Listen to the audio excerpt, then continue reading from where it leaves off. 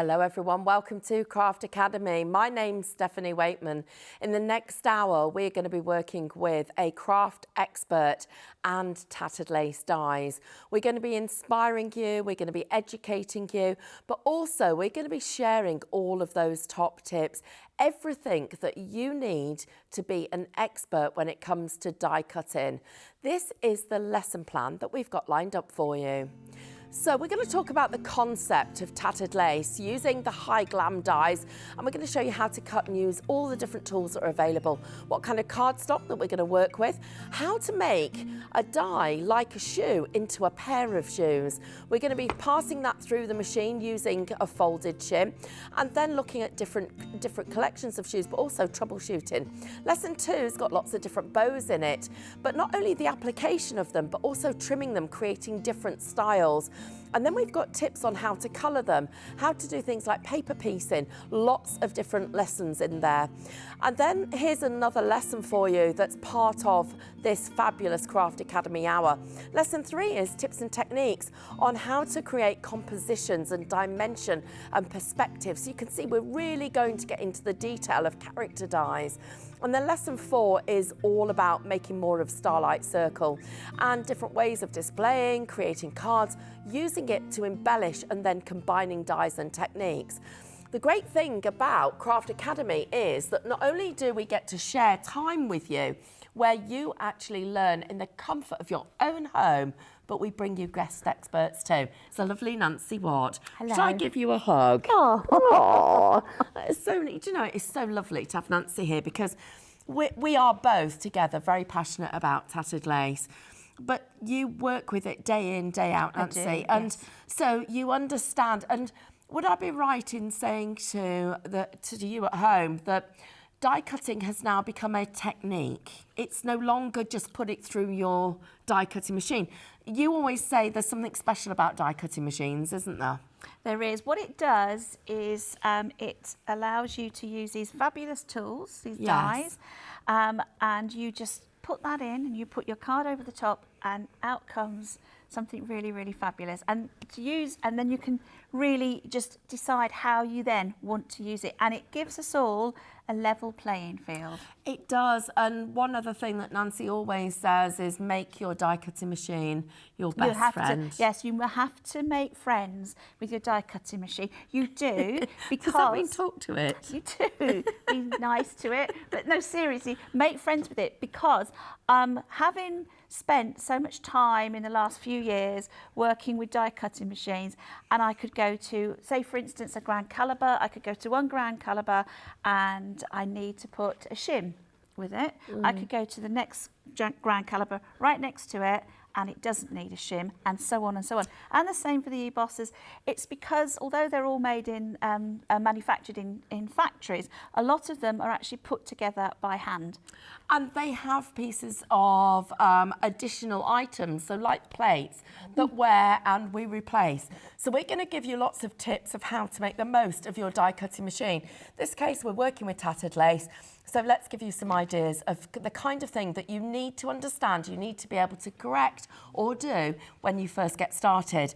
So Nancy, if we're die cutting for the very, very first time, where do we start? And this is across the board. It doesn't matter what brand of dyes you're looking for. I guess it's choosing cardstock and a pattern. Absolutely. So I'm going to use this one. It's a really lovely dye. I'll pop it on there.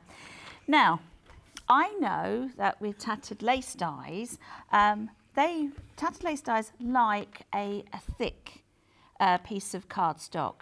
And can we just talk about the kind of weight then? Yeah, What sort of weight would you say? 300 GSM. Right, absolutely, okay. It does. Tattered lace dyes really eat up. So Durapol. So could we go lighter than that? Absolutely, you do. Right, of course okay. you can. So I've always said don't go up above 300, but I have to say recently I have been breaking that rule.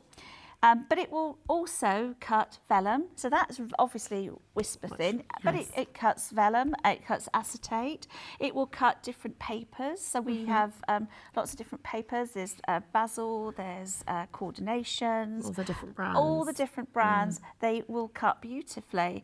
Now, if you use a very thin piece of cardstock or paper, you might find that you've got to use a little bit extra pressure, excuse me, so you might need to use, say, a piece of photocopy paper.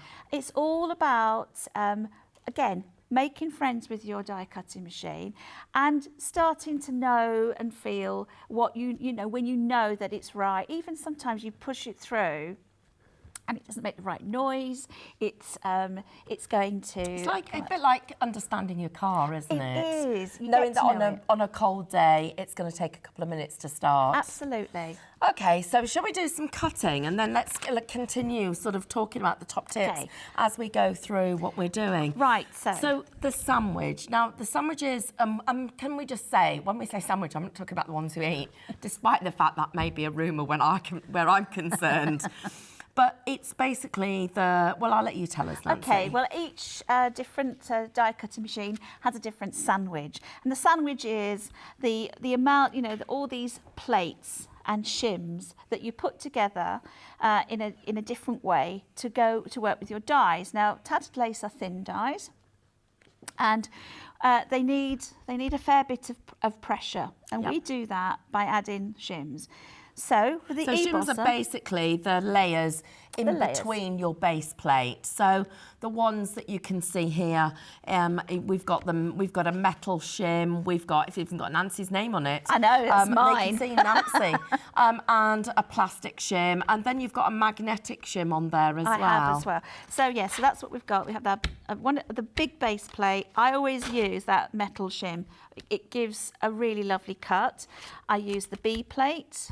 I use the D plate on top of that, and then I put a tattered lace magnetic sheet on the top for a few reasons. One, it does add a little bit extra pressure, but also it keeps your die where you put it. Look at that, it keeps it there, and that's really, really important if you're doing, say, matting and layering dies, if you're doing more than one die on your piece of, at one cut, so they don't do this.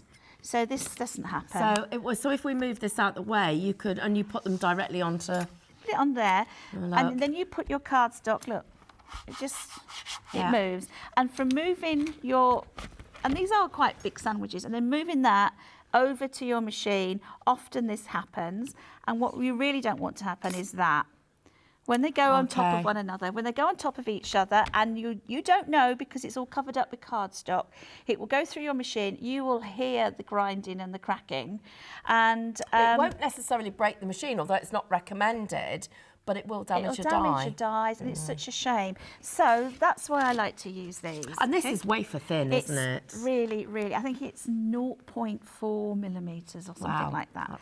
That's thin. So let's put that on there. I'm going to put this one on as well. Now you're going to one side, Nancy. I always do.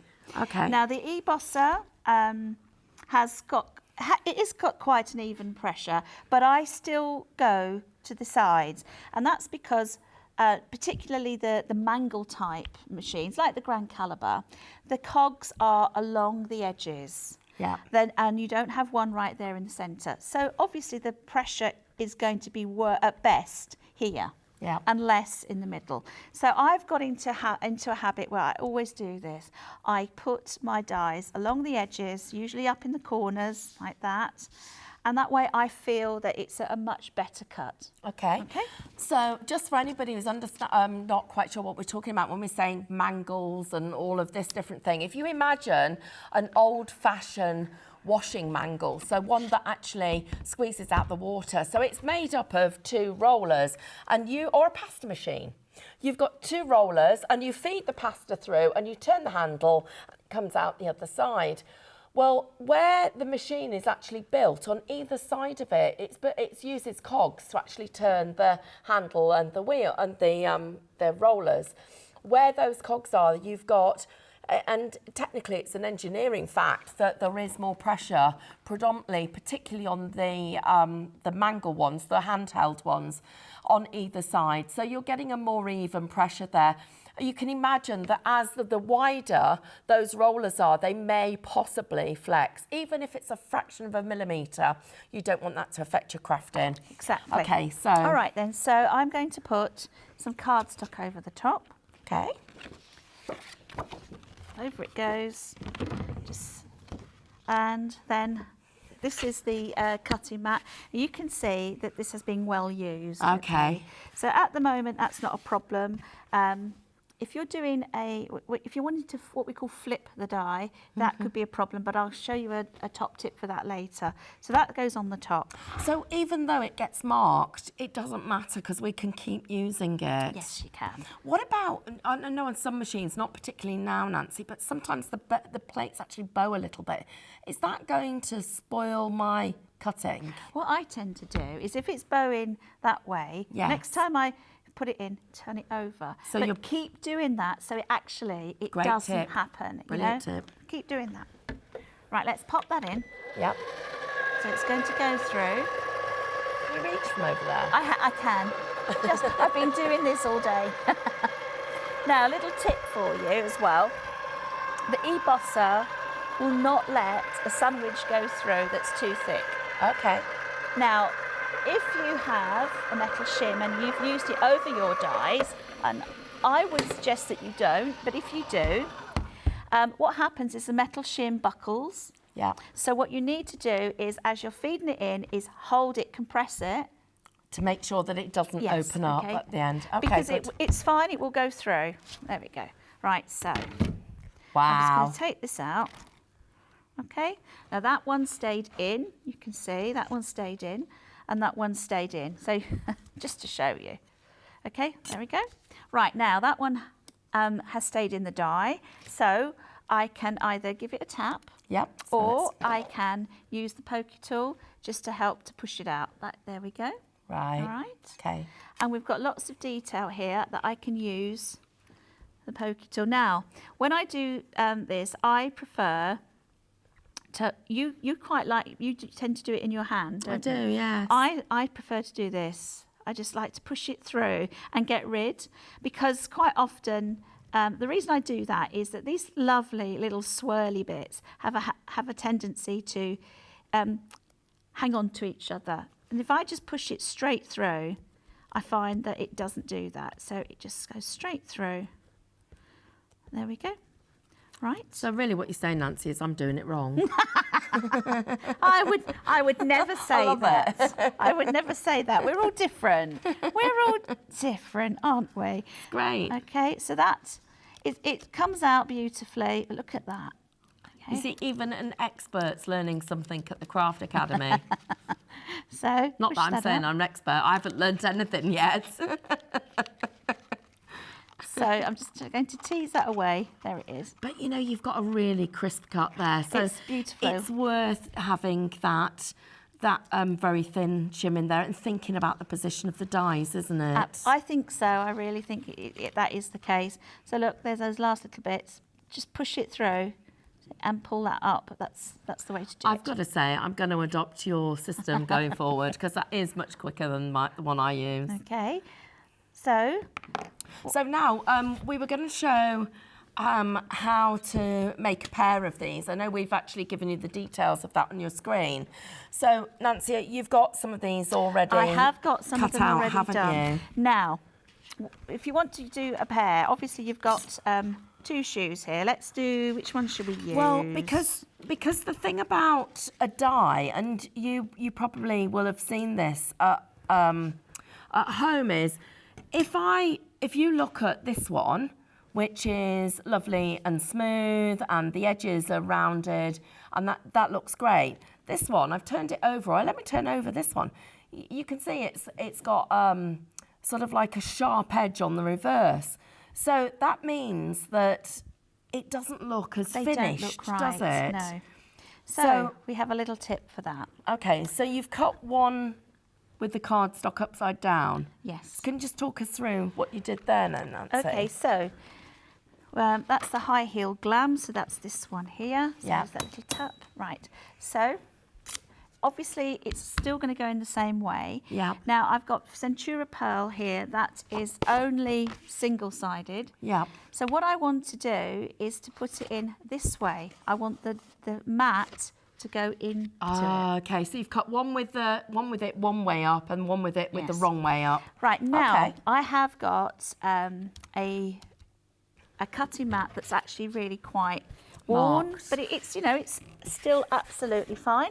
So to stop that from happening, I'm going to stop this mark in the card. Yes. So let's put that on here, put some photocopy paper. So it's very, very thin. So what over you're the top. in effect doing is all these little lines that could, because of the pressure of the machine, actually emboss into the cardstock. You're protecting the cardstock by using that piece of photocopy paper. That's right. So now we're going to put that in here and push it through. So effective. And that's because that is very, very thin. That makes it absolutely perfect, so that it's going to have a nice soft pearl finish that you would get from your other one. Okay. Okay, so let's take this out. Yeah. Be interesting to see if it's marked the photocopy paper. And it has. I don't know whether you'll see it, but it has. Well, do you know that would give us a great textured cardstock? It would. Wouldn't it? Yeah, it's almost, yeah, it's lovely, isn't it? I don't know if you can see it. Yeah, it's very, very fine. I'm just going to lift that off. Just lift it away. But that does come away, but I don't think you're going to see that. No, I think it's too fine for you to see. But again, you can actually see that. We can see it with the naked eye. So now you've pushed them out. You've got a pair.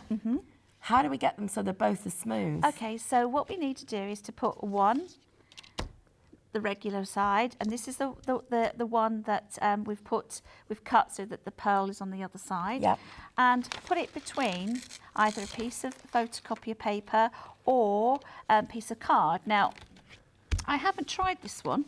This is about £2.50, so that means I'm now putting an extra 500 plus this in there. I think it'll go through fine.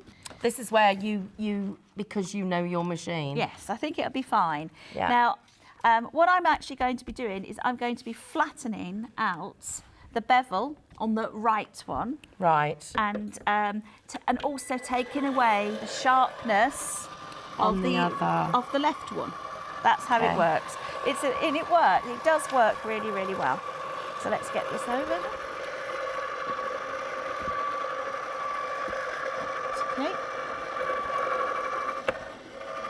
So of course, if you ever have a problem with the die, and sometimes we do, sometimes it's a really big die and it's cut, everywhere's cut round the outside, or there's a little spot where maybe your machine isn't quite giving us quite the same pressure, what you can do is what we call patch shims. Okay? Right. Little patch shims. So if you've got a little area that really is not cutting out, then all you need to do is to literally tear or cut a piece of cardstock and put it straight over the pot, and that's it. Because if you imagine putting a whole another extra piece and it's only that one bit that's not working, it's just going to repeat the problem. It's just going to repeat the problem. So you just put a little patch sim. There we go. So now you flatten both of them. They do look like a pair. That's a fabulous, fabulous top tip. And you can see there the recommended card weights. We're talking at anything from 250 to 300 GSM. Now,